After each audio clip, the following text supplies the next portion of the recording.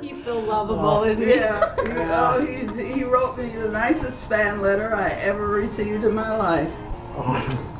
That's terrific. Well, now he's blushing. You got him blushing. well, as you know, your film is my favorite. So. I'm your favorite, Yes, that's right.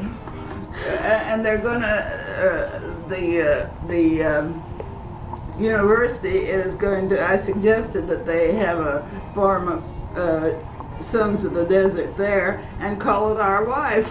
They should, So they're yeah. going to, but they haven't gotten around to it yet. So I wrote him, I said, I hope you get around to forming the club while I'm still on Earth. That would be nice. That would be wonderful. terrific. It would be a historical thing. I mean, it would be unique because of the subject and me being in the pictures and doing the paintings and all. I think it would be unique.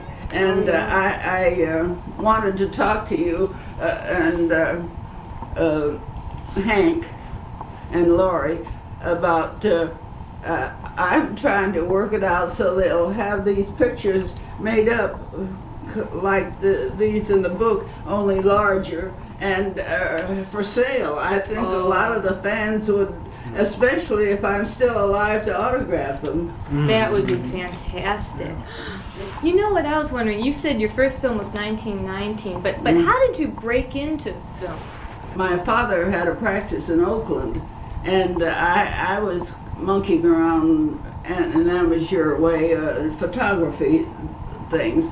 And anyhow, an ad appeared in the paper that they were going to, they were looking for talent for a picture down at the old Chaplin studio at Niles, California.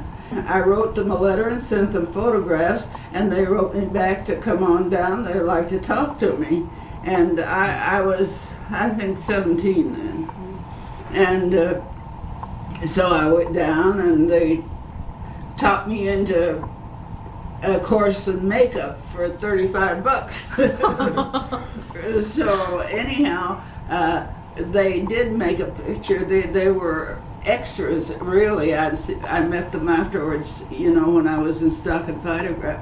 But they were a fly-by-night company, and they knew something about making pictures, and he knew how to operate the camera, and they were going to make a picture. Well, I ended up doing the lead in it, and the hired man that did the heavy work around the studio, he was the comedian, and we were the two leading people.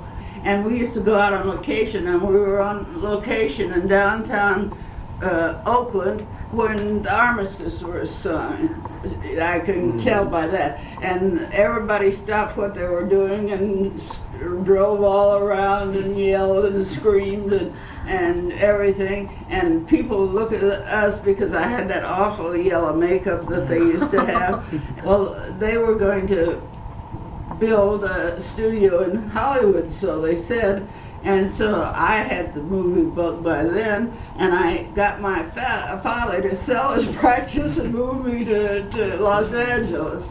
And I didn't know anything about it, but when one of his patients gave him a letter of introduction, he told him that we were going to go in the movies. And so it was Ernest Traxler, the production manager at Universal City. And so when I got down here and got settled, I went out to Universal on the big red cars. You know, it was the only way you could get out there then.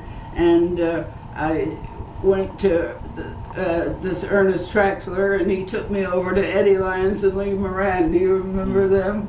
They were comedians, quite well-known comedians. So they took my name and telephone number, and they had a character woman there, but she got sick about 2 weeks later, and they gave me a call. They said, "Is this Babe London?" You know, my real name's Ruth Glover.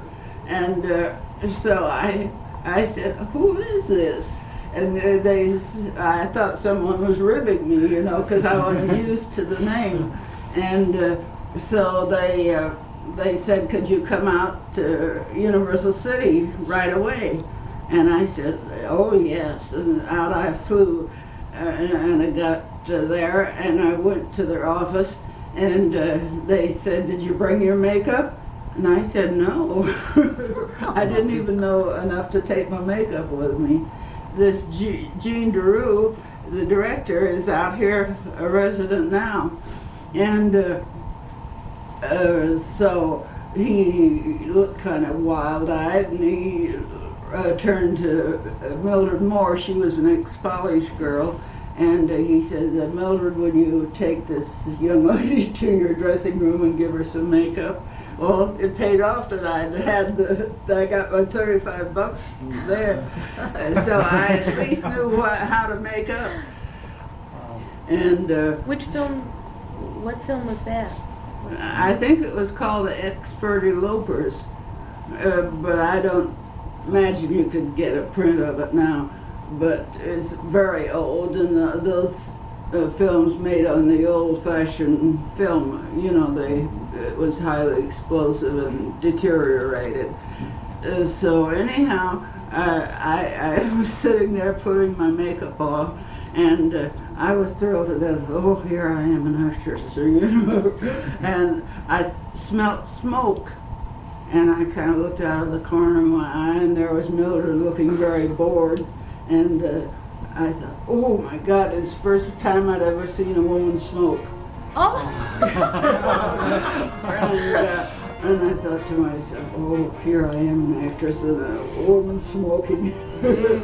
And so anyhow, we finally we went out on location that afternoon, and there I was, working, you know, and people were standing around, although not as many people as you get today.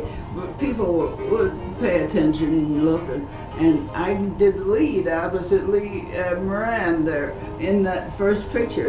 It was one of those comedies that there are only 4 principals in, and anyhow I did that, and so evidently I got by. So they called me back later on. I did another picture,